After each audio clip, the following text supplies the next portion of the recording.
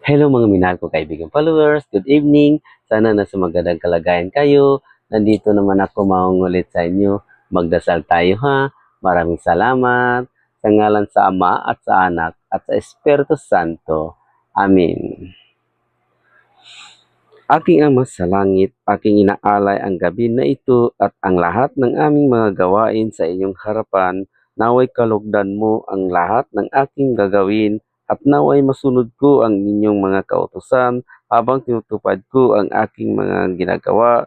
Bigyan mo po ako ng kalakasang ng katawan, tamang pag-iisip at mabuting puso upang maisakatuparan ko ng maayon sa lahat ng ito. Bigyan mo po nawa ang aking kabuuan ng mabuting kalooban, matalas ng diwa at matuwid na layunin.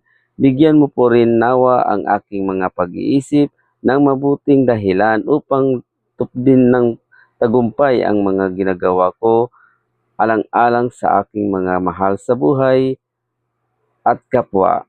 Maraming maraming salamat, Panginoong Hesus Nazareno, ang aming tagapagligtas. Amen. Sa ngalan sa Ama at sa Anak at sa Espiritu Santo. Amen. Babay mga minahal kong kaibigan. Followers, good night. Salamat.